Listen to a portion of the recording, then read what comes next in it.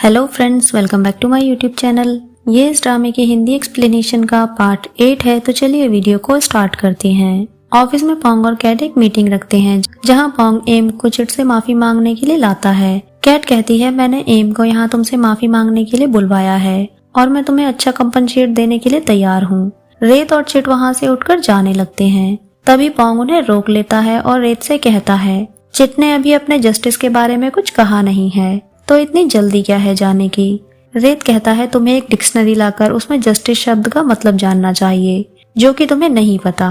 Cat कहती है, मुझे चिट से अकेले में बात करनी है, इसलिए आप सब बाहर जाओ। कैट चिट से कहती है, तुम्हें लगता है कि उसका इंटेंशन सही है और वो तुम्हें जस्टिस दिलाएगा, वो भी उसके बिना किसी पर्सनल मोटिव के। चिट कहती है, अगर कोई अपने फायदे के लिए मुझे यूज करना चाहता था तो वो आप थी। आपने मुझे अपने फायदे के लिए कितने रीजंस बताए ताकि मुझे कुछ समझ ना आए, पर मैंने कुछ नहीं कहा क्योंकि मैं आपकी रिस्पेक्ट करती थी। कैट कहती है, वो क्या तुम्हारी हेल्प करेगा, वो खुद एक मिस्ट्रेस का बेटा है। चिट कहती है, तो क्या हुआ, उसने मेरे साथ कभी गलत नहीं किया और हम सिर्फ साथ में काम करते हैं। मैंने आपकी तरह किसी के हस्बैंड को नहीं फंसाया है।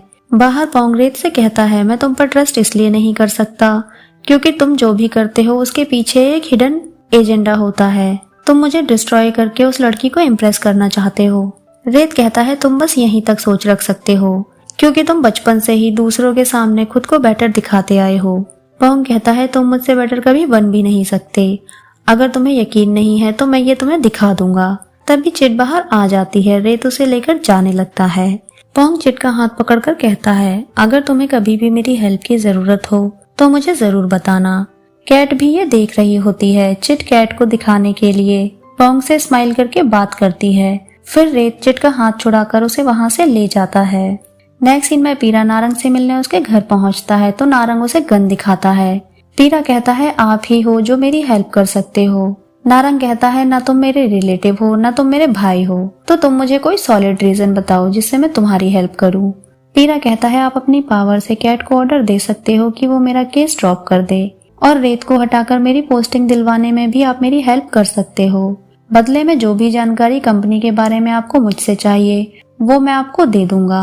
नारंग फिर से उसे गन दिखाता है। नेक्स्ट सीन में वांग सारी विक्टिम्स की इंफॉर्मेशन रेत को दे देता है। वहीं दूसरी तरफ थिन बोआ की बात को याद करती है। उसने कहा था कि मैं पोंग के बच्चे की माँ बनने वाली हूँ।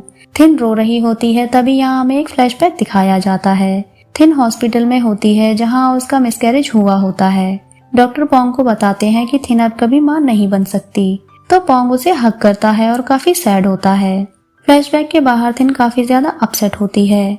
नेक्स्ट सीन में ये बात थिन पोंग की मदर को बता देती है। मदर पूछती है, क्या पोंग को इस बारे में पता है। थिन कहती है, मुझे नहीं पता, लेकिन अगर पोंग को पता होता तो कैट को भी इस बारे में पता होता। वहीं दूसरी तरफ कैट पोंग से प्रोजेक्ट के बारे में बात कर रही होती है तो पोंग का ध्यान फोन में होता है। थिन उसका फोन छीनकर कहती है, तो ये है तुम्हारा न्यू टॉय। पोंग कहता है, तो क्या हुआ, मेरा फोन वापस दो, और उससे फोन छीनने लगता है। तभी वहाँ थिन आ जाती है। पोंग कैट को वहाँ से जाने के लिए कहता है। थिन पोंग से कहती है, क्या ऐसा कुछ नहीं हो सकता कि हम एक दूसरे को डिवोर्स ना दें।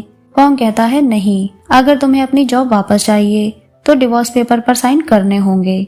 थिन अपसेट होकर वहाँ से जाते हुए पोंग से कहती है, कॉन्ग्रेचुलेशंस, तुम फादर बनने वाले हो। पोंग कहता है, मतलब। थिन कहती है, क्यों, क्या बुआ ने तुम्हें कुछ नहीं बताया। ये बातें कैट भी कैमरे के जरिए सुन लेती है और शॉक्ड हो जाती है। वहीं दूसरी तरफ बुआ अपने स्टेप फादर के साथ सो रही होती है। जब वो उठती है तो डैड से कहती है, आप अभी जाओ यहाँ से, अगर पोंग को पता चला तो प्रॉब्लम हो जाएगी, और वॉशरूम में चली जाती है। जब वो बाहर आकर कैट को देखती है तो सरप्राइज हो जाती है। कैट कहती है, मैंने सुना है तुम प्रेग्नेंट हो, मेरे साथ चलो, मुझे चेक कराना है कि क्या ये सच है। तभी फादर बाहर आकर कहते हैं, मैं बुआ का फादर हूँ और बुआ प्रेग्नेंट नहीं है, क्योंकि अगर ऐसा होता तो मुझे जरूर पता होता। कैट वहां से डर के चली जाती है। फादर बुआ से गुस्से में कहते हैं, तुमने मुझसे झूठ कहा था कि तुमने अबॉर्शन करा लिया है, और बुआ को रूम में ले जाकर मारने लगते हैं। वहीं दूसरी तरफ चिट रास्ते में देखती है कि पोंग भी वहाँ है। पोंग कहता है, मैं बस तुमसे मिलने आया था, तुम ठीक हो या नहीं। चिट कहती है, आप मेरा पीछा करना बंद करो और मुझसे दूर रहो। ये कहकर वो वहां से चली जाती है। नेक्स्ट सीन में नारंग कैट से कहता है, तुम पीरा को वहां कंसल्टेंट के तौर पर हायर करो ताकि मैं भी पोंग की कंपनी में जा सकूं, और उसे ब्लैकमेल करने लगता है। जब कैट मना करती है तो पीरा कैट को पोंग और चिट की साथ में फोटोज दिखाता है। गुस्से में कैट भी उसे हायर करने के लिए मान जाती है। वहीं दूसरी तरफ बुआ का स्टेप फादर उसे डराकर होटल से हॉस्पिटल ले जा रहा होता है। बाहर आकर बुआ मना करती है तो वो उसे टॉर्चर करता है।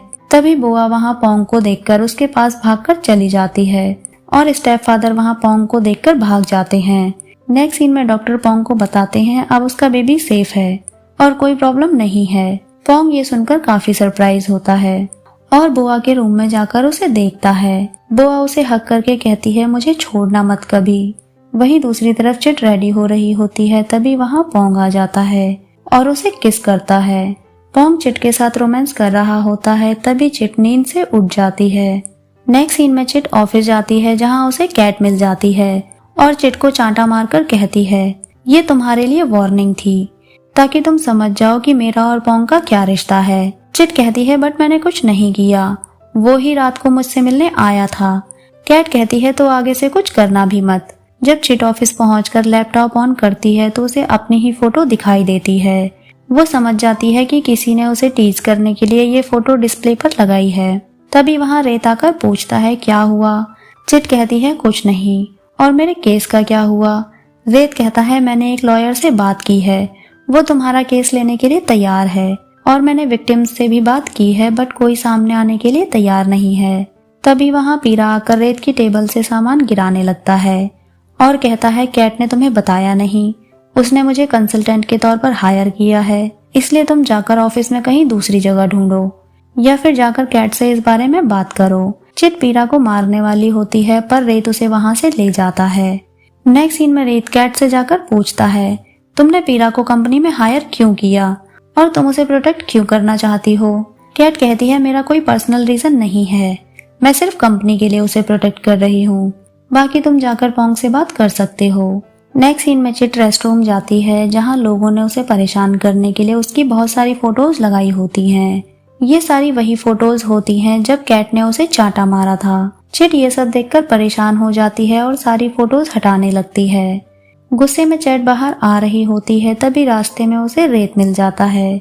रेत के पूछने पर चिट वो फोटो उसे दिखा देती है और कहती है मैं छोड़ूंगी नहीं किसी को।